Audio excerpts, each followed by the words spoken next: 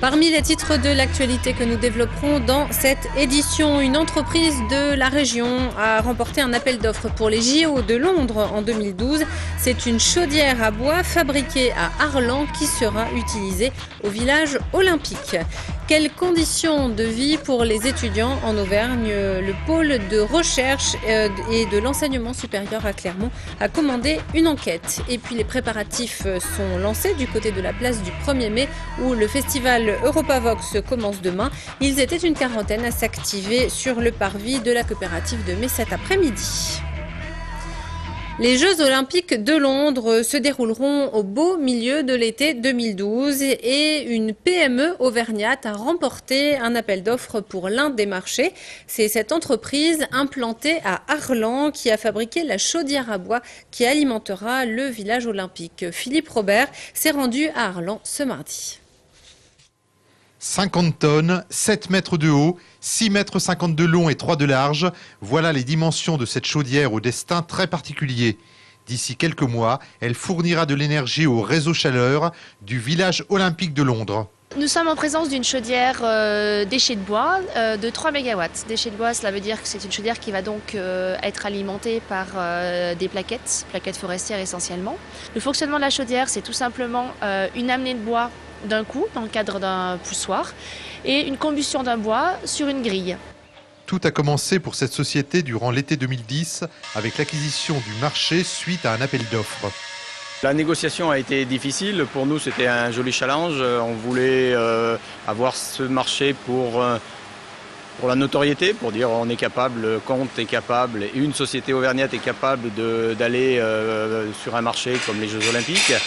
Une conception qui n'a pas posé de problème particulier aux hommes du bureau d'études, si ce n'est d'adapter les normes au marché anglais. Une chaudière d'un milieu de gamme dont la centaine de pièces a été découpée sur cette machine plasma, notamment par Laurent, salarié ici depuis 20 ans, et pour lequel cette commande n'est pas tout à fait comme les autres. Je pense qu'on sera un petit peu fiers, surtout quand on verra les jeux, quoi. On pensera au travail qu'on a effectué, on aura l'impression de participer un petit peu, quoi. Et si les tôles ont été travaillées à Arlan, l'assemblage, lui, s'est fait quelques kilomètres plus loin, dans l'usine de Dor-l'Église. 50 salariés ont travaillé sur ce projet. Fin juin, 6 camions achemineront la chaudière à 900 km du Livradois-Forez, une région où les 1970 habitants d'Arlan et les 660 de Dor-l'Église regarderont certainement les 30e Jeux Olympiques d'un œil différent. 77% des étudiants clermontois sont satisfaits du coût de la vie en Auvergne. C'est l'un des éléments qui ressortent de la première étude sur les conditions de vie des étudiants en Auvergne. Une étude commandée par le pôle de recherche et d'enseignement supérieur de Clermont Université. Jasmine Sorg a rencontré une étudiante. Elle fait partie des 23% qui ont répondu à cette enquête. À 22 ans, Stéphanie termine son Master 2. Arrivée du Limousin à 18 ans, elle n'a pas eu droit aux bourses et au logement étudiant et a donc vécu en colocation puis toute seule, comme 30% des étudiants, dans un appartement de 26 mètres carrés au centre-ville pour un loyer de 430 € par mois. On s'organise avec mes parents, c'est eux qui s'occupent de payer le loyer de l'appartement et ensuite moi avec les APL, je m'occupe de payer tout ce qui est à manger, internet, etc. Et ensuite, on a un revenu de 417 € par rapport au stage, en fait. Comme elle, la majorité sont aidées par leurs parents et près de la moitié ont leurs propres ressources. Globalement, la qualité de vie des étudiants est bonne et les résultats jugés satisfaisants par le pôle de recherche, soucieux à la base de connaître le niveau de précarité des étudiants. On voulait observer les conditions de logement, les conditions de transport, les conditions de vie, l'accès à la culture, au sport. Dans le fond, tout ce qui conditionne le bien-être des étudiants, parce que c'est une des conditions importantes de la réussite de leurs études. C'est pour ça que nous avons souhaité avoir une enquête spécifique sur l'Auvergne, et plus particulièrement d'ailleurs sur Clermont-Ferrand, pour avoir une meilleure base de réflexion pour proposer des actions. Parmi les points faibles, améliorer l'accès à la culture et au sport, le coût du logement et du transport T2C et SNCF.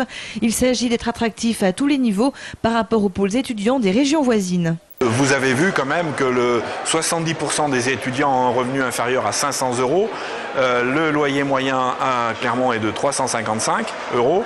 Donc ça veut dire quand même qu'une certaine précarité étudiante demeure. L'adjoint au maire souhaite la mise en place d'un schéma directeur de l'enseignement supérieur. De son côté, le président de région consent entre autres 1 million d'euros pour rénover le parc logement étudiant ainsi que l'ouverture d'un crédit aux étudiants. Objectif, atteindre en 2025 les 65 000 étudiants, soit le double d'aujourd'hui.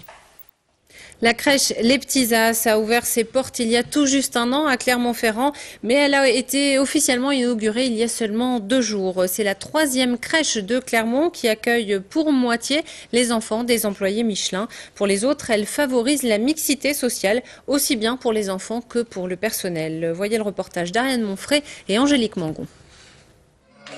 Ils s'appellent Sacha, Marc ou Lounis. Ils ont entre 3 mois et 4 ans et passent leur journée à la crèche Les Petits As. L'équipe d'encadrement a choisi la mixité comme fil conducteur de son projet éducatif. Mixité sociale et culturelle, aussi bien pour les enfants que pour les adultes, avec un plaisir évident et communicatif. Un personnel bien traité, c'est un personnel bien traitant. C'est pour ça que l'équipe, on la souhaite vraiment à l'aise et heureuse de travailler pour qu'elle puisse le rendre aux enfants. Les activités, les temps d'éveil s'organisent en fonction de la disponibilité des professionnels et de leur envie de le faire. C'est comme ça qu'on n'aura jamais pâte à modeler tous les lundis à 10 h par exemple dans la structure, parce que faut qu'on ait envie de faire cette activité pour qu'elle soit menée avec plaisir et que les enfants du coup aient beaucoup de plaisir à la partager. L'an dernier, cette structure a accueilli 145 enfants différents pour un agrément de 43 places à temps plein. La moitié est réservée aux enfants d'employés Michelin. Avec un objectif de 900 recrutements d'ici 2 ans, la firme clermontoise possède un atout de taille en proposant un mode de garde à ses futurs salariés. Bien souvent, cette question est posée par les candidats qui souhaitent rejoindre l'entreprise. Eh bien, il faut que ces parents puissent trouver ici à Clermont-Ferrand en général et dans l'entreprise en particulier, eh bien, cette possibilité qu'ils auront de pouvoir garder leurs jeunes enfants et se consacrer de manière plus attentive et sans souci à leur activité professionnelle. Mixité sociale et culturelle, valorisation de l'enfant et respect de son autonomie, la formule a fait ses preuves à la crèche Les Petits As. Il n'y a d'ailleurs plus de place en accueil régulier. La crèche affiche complet jusqu'en décembre 2011. Les rugbymen de l'ASM Clermont-Auvergne sont à 80 minutes d'une nouvelle finale de Top 14, le temps de la demi. Vendredi soir, les hommes de Verne-Cotter, champions de France en titre, défieront en effet le stade toulousain sur la pelouse du stade Vélodrome de Marseille en demi-finale du championnat de France. Les Clermontois qui ont répondu aux questions des journalistes s'envoleront jeudi matin pour Marseille et certains joueurs, parmi les plus âgés, semblaient se soucier des conditions météo. Écoutez Mario Ledesma au micro de Martial Delecluse. Le seul problème en Vélodrome, c'est toujours la chaleur. Là, ça fait 2 fois qu'on a fait 2 demi-finales avec 40 degrés. J'espère, je sais pas ce qui est le pronostic pour ce week-end, mais voilà, c'est le seul problème pour un vieux, c'est la chaleur. Tu vois, la canicule, bon. Mais sinon, c'est un super match. Tu rigoles, hein, Rimas, hein, mais c'est un gros match au Vélodrome et tout contre Toulouse, c'est un match rêvé, quoi. Événement musical cette fois, cette semaine à Clermont. L'installation a commencé sur le parvis de la coopérative de Mai ce mardi après-midi où s'affairait une quarantaine de personnes avant l'ouverture du festival Europavox prévu demain. Un lieu plus animé que les autres années où des concerts gratuits seront proposés. Cette année, la capacité d'accueil du public pour les concerts est largement augmentée.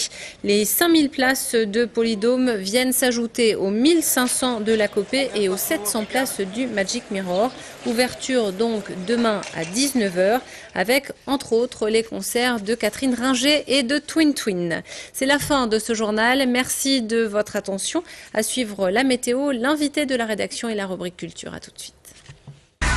Toute l'actu locale est aussi en ligne. Retrouvez votre JT sur clermontpremière.com.